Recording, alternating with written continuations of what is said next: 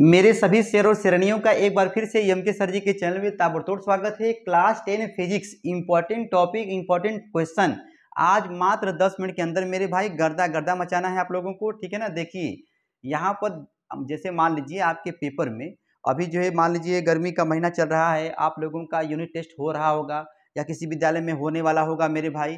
ठीक है ना। तो इम्पोर्टेंट क्वेश्चन के तौर पर यहाँ पर देखिए प्रकाश क्या है ये नहीं पूछा जाएगा, लेकिन प्रकाश के दो यहाँ पर चैप्टर हर स्कूलों में पढ़ा दिया गया होगा। ठीक है ना। जिसका नाम है मेरे भाई रिफ्लेक्शन ऑफ लाइट, मतलब प्रकाश का परावर्तन। ठीक है मेरे भैया, प्रकाश का परावर्तन हो गया। और एक का नाम है रिफ्रैक्शन ऑफ लाइट, जरा ध्यान देना, रिफ्रैक्शन ऑफ लाइट मतलब प्रकाश का अपवर्तन। ठीक है मेरे भाई। तो अब यहाँ पर आप लोगों को इन दो चैप्टरों का रिवाइज करना होता है। ठीक है ना। अब देखिए तो मामला ये फंसता है कि सर जी प्रकाश का परावर्तन बढ़ने से पहले हमारे बुक में हेडिंग दिया है कि दीप्त वस्तुएं किसे कहते हैं, दीप्त वस्तुएं किसे कहते हैं, अदीप्त वस्तुएं किसे कहते हैं, लुमिनस बॉडी और मेरे भाई नॉन लुमिनस बॉडी किसे कहते हैं। देख मेरे सर जी बात, वे वस्तुएं जो स्वतः अपने आप प्रकाश निकालते हैं, वे वस्तुएं जो स्वतः प्रकाश निकालते हैं मेरे भाई उसे कहते हैं दीप्त वस्तुएं, दीप्त वस्तुएं। ठीक है ना। तो यहाँ पर एग्जाम्पल के तौर पे यदि पूछेगा मेरे भाई तो यहाँ पे ये बताओ सूर्य भगवान को देखे हो, ये देखो अपने आप जो लाइट निकालते रहते हैं, ये स्रोत हैं, सोर्स मेरे भाई हैं। उसके बाद ये आप देखे होगे स्टार मेरे भाई, स्टार भी क्या है दीप्त वस्तुएं या स्रोत बोल सकते हो। ठीक है ना। और जुगनू बन के तुम चमकना दिन हो चाहे रात हो मेरे भैया, जुगनू, जुगनू भी तुम्हारा क्या है मेरे भाई, ये दीप्त वस्तुएं, ये स्रोत में आ जाते हैं। ठीक है ना। वे वस्तुएं, वे स्रोत जो अपने आप स्वयं से प्रकाशित होते हैं। ठीक है ना। तो उसे कहेंगे मेरे भाई दीप्त वस्तुएं कहेंगे। ठीक है ना। अच्छा, इसी का उल्टा वे वस्तुएं जो स्वतः प्रकाश उत्पन्न नहीं करते हैं, स्वतः प्रकाश उत्पन्न नहीं करते हैं, प्रकाश उत्पन्न नहीं करते हैं, इसमें नहीं लगाना होता है। लेकिन हाँ, जब ये दीप्त वाला जब लाइट जब मारेगा ना ससुरा ये दिखाई देगा। ठीक है ना। जरा ध्यान देना, ये स्वतः प्रकाश उत्पन्न नहीं करेगा अदीप्त वाला, लेकिन जब ये दीप्त वाले का जब प्रकाश जब पड़ेगा ससुरा ये दिखाई देता है, इस बात को ध्यान देना। ठीक है ना। तो जैसे में लकड़ी हो गया, बताओ लकड़ी इसमें से प्रकाश निकालेगा नहीं ना, पापा मम्मी ये ब्रेंच किताब कॉपी नहीं मेरे भाई, नहीं दिखाई देगा, यहाँ से प्रकाश नहीं निकलेगा। लेकिन जैसे ही ये लाइट जब जाएगी तो यहाँ से ये प्रकाश जब जाएगी तो ये दिखाई देगा। ठीक है ना। तो मेरे भाई ये एग्जाम्पल में लकड़ी, कुर्सी, ब्रेंच, किताब, कॉपी सब लिख देना। लेकिन मेरे भाई नेचुरल के रूप में एक तुम्हारा जो एग्जाम्पल बनता है चंद्रमा, चंद्रमा भी मेरे भाई क्या है अदीप्त वस्तुएं के रूप में आता है, स्रोत के रूप में। ठीक है ना, अदीप्त स्रोत। ठीक है ना। अब देखिए मेरे भाई, तो यहाँ पर इतना बात जान गए, एग्जाम में हो सकता है कि विकल्प में आ जाए तो आप लोग गर्दा गर्दा मचा लीजिएगा। अच्छा, प्रकाश के गुण में देखिए प्रकाश क्या है नहीं पूछेगा, लेकिन प्रकाश के गुण के रूप में पूछ देता है कभी कभी कि भैया प्रकाश की चाल क्या होती है। तो बच्चा यहाँ पे कहेगा कि प्रकाश की चाल 3 × 10⁸ मीटर पर सेकेंड होता है। प्रकाश सीधी रेखाओं में चलती है। प्रकाश क्या होती है मेरे भाई, सीधी रेखाओं में चलती है। प्रकाश निर्वात में भी चल सकता है, और यही मेरे भाई निर्वात या वायु में चाल किसकी होती है, ये कितनी होती है बताओ, इतनी होती है। ठीक है ना, बाकी आप समझदार हैं।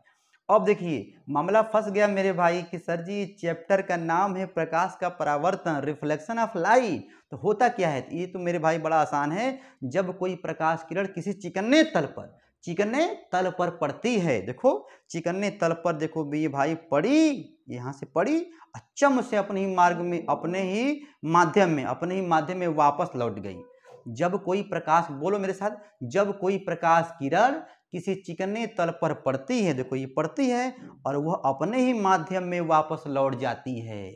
सोम, मंगल, बुध, शुक्र, शनि किसी भी दिन मेरे भाई यहाँ पर लाइट जब गिरेगी ना तो चिकना तल का मेरे भाई मतलब यहाँ पर लिख देना जैसे मिरर, ठीक है, दर्पण, यहाँ पे दिखा देना। आप लोग लिखे होंगे फेयर में, मुझे पता है। ठीक है ना, सब बच्चे अपने अपने स्कूल में लिखे होंगे, ये बात हो जाएगा।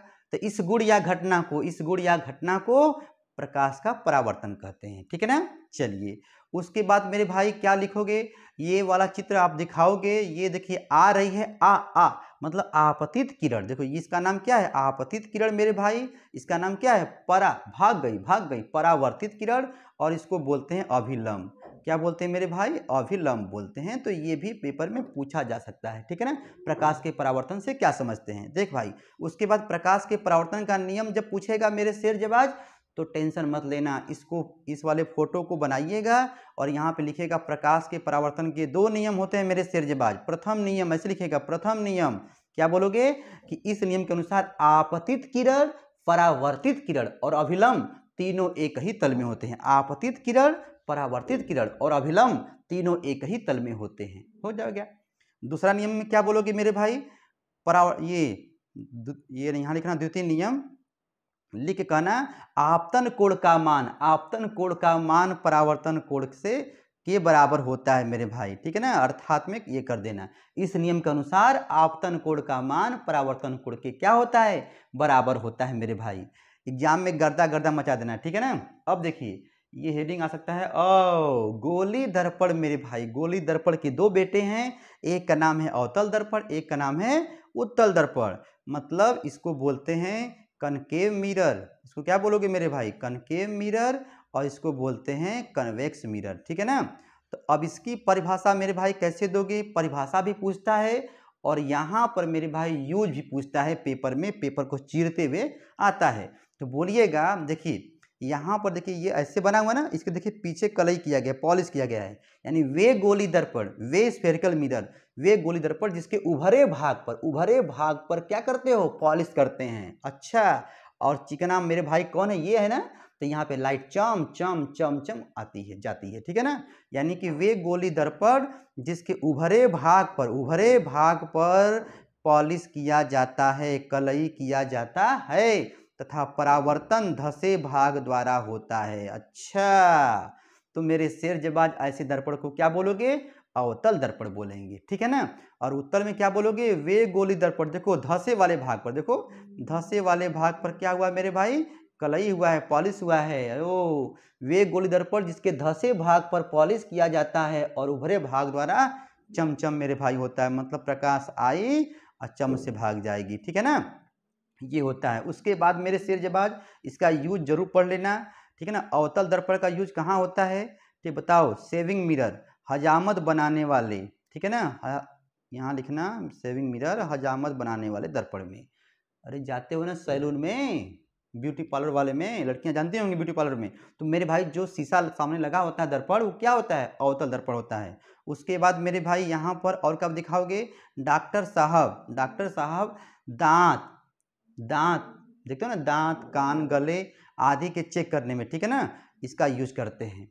आप दांत जब जाओगे, मतलब मान लीजिए दांत का आपका खराब हो गया है, तो वहाँ जब जाओगे, ठीक है ना, तो वहाँ पे जो कहेंगे मुंह खोलो आ करो, तो जब मुंह खोलेंगे आप, तो वहाँ पे ऐसे जो है यहाँ पर एक शीशा ये दर्पण लिए रहेंगे, वो दिखाएंगे करेंगे, तो आप यहाँ पर देख लेंगे कि भैया अच्छा डॉक्टर साहब ये क्या कहते हैं, गले में दांत को चेक करने में, ठीक है, जो दर्पण यूज करते हैं उसका हम वहाँ पे बोलते हैं अवतल दर्पण, ठीक है मेरे भाई।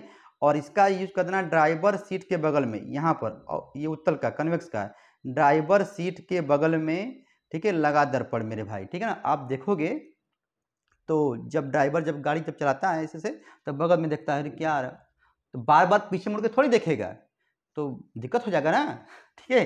तो वो ऐसे बगल में देखता है, गाड़ी चलाएगा बगल में देखेगा, अच्छा आ रहा कोई ना। तो भैया ड्राइवर सीट के बगल में जो लगा होता है दर्पण, वो क्या होता है, उत्तल दर्पण होता है। इस बात को ध्यान देना, ठीक है ना। उसके बाद मेरे भाई देखिए, ओहो हो यूनिट टेस्ट मेरे भाई, क्लास 10 फिजिक्स इंपॉर्टेंट क्वेश्चन मेरे भाई चल रहा है, ठीक है ना। आर और यफ में संबंध, देखिए आर मतलब राजा जी, ऐसे बोलना, आर मतलब राजा जी, राजा जो होता है, यफ मतलब फकीर, फकीर का दोगुना होता है। मतलब पूछेगा कि आर को भैया बोलते हैं वक्रता त्रिज्या, क्या बोलते हो मेरे भाई, वक्रता त्रिज्या, और फोकस दूरी में क्या होता है, संबंध। तो भाई आप बोलिएगा मेरे सिरजबाज कि राजा जो होता है फकीर का दोगुना होता है, मतलब आर बराबर 2f हो जाएगा। और आर करके लिखना, देखिए फकीर जो होता है राजा का आधा होता है, इस बात को भी ध्यान देना, ठीक है ना। मतलब आप समझ रहे हो ना, यह मतलब फोकस, आर मतलब वक्रता त्रिज्या, ठीक है ना। ये पेपर में 1 नंबर का पूछा जाता है, आप इसको ध्यान दीजिएगा। अब सुनिए, इस पर जो है आपके क्वेश्चन भी बनते हैं 1-1 नंबर वाले, ठीक है ना। मतलब यहाँ पर यफ का मान दिया रहेगा, आर का मान पूछ देगा। ओ यफ दिया है 10 तो आर हो जाएगा 20, ठीक है ना। और ये यफ का मान मेरे भाई 5 दिया तो हो जाएगा 10। अच्छा अब तो उल्टा देखो, इसका आर का मान दिया है 20 तो ये हो जाएगा 10, आर का मान दिया है 10 तो हो जाएगा 5। लेकिन मेरे भाई जरा ध्यान देना, अवतल दर्पण के लिए, अवतल दर्पण में, ठीक है ना, क्या होगा मेरे भाई, निगेटिव होगा इन दोनों का मान, और उत्तल में क्या होगा, पॉजिटिव होगा, ठीक है ना। अंदर सारा और खेला है, लेकिन मेरे भाई अभी इस सवाल के लिए इतना काफी है, ठीक है ना। आप लोग समझदार हैं।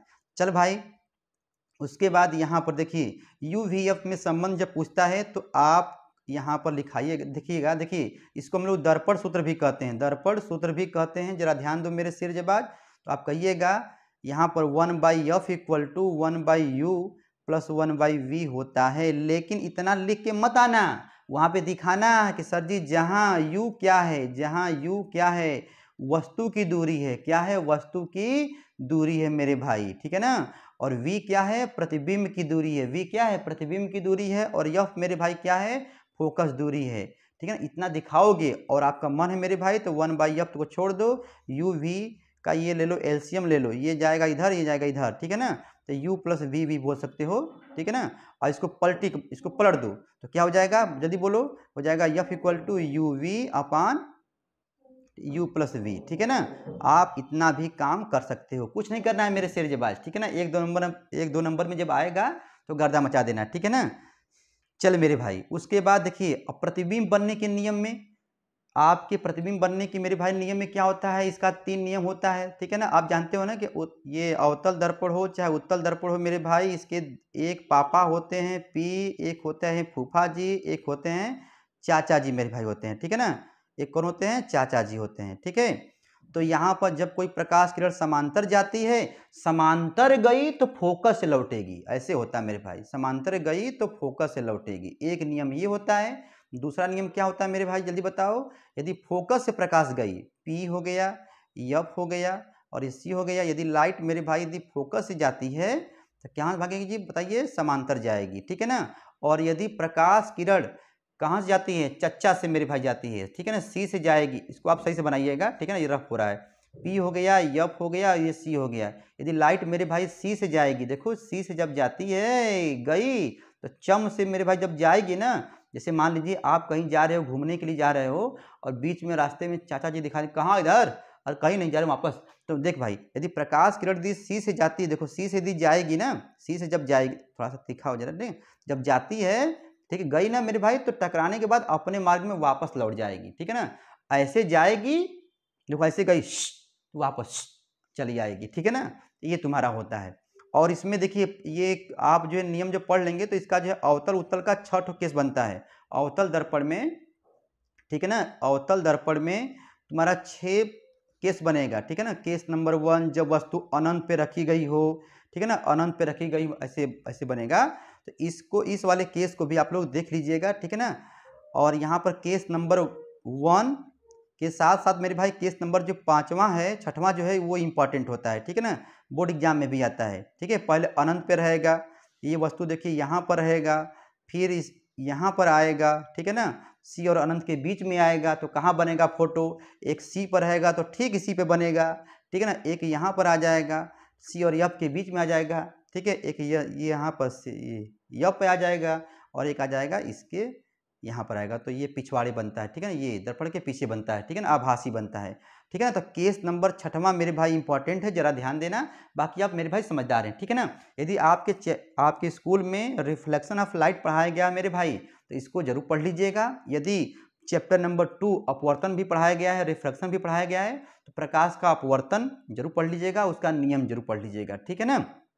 उसके बाद मेरे भाई प्रकाश के ये अपवर्तन के दूसरे नियम को क्या कहते हो, स्नेल का नियम भी कहते हैं, ठीक है ना। ये सब बातें हैं, पढ़ लीजिएगा। लेकिन मैं यहाँ पर चैप्टर नंबर 1 को ही बताने के लिए यहाँ पर आया था, क्योंकि हर स्कूलों में यूनिट टेस्ट यदि होने वाला है मेरे भाई, तो चैप्टर 1 से ही क्वेश्चन आते हैं, ठीक है ना।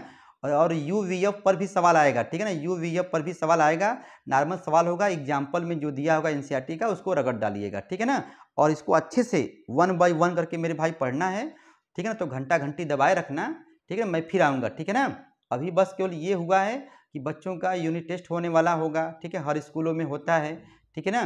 तो यहाँ पर उसके लिए ये दवाई दिया गया है, ठीक है। बाकी अब समझदार हो ना, समझ रहे हो ना। अपने अपने नोट से पढ़ते रहना, फिर मिलते हैं, पढ़ते रहो मेरे शेर बाजू।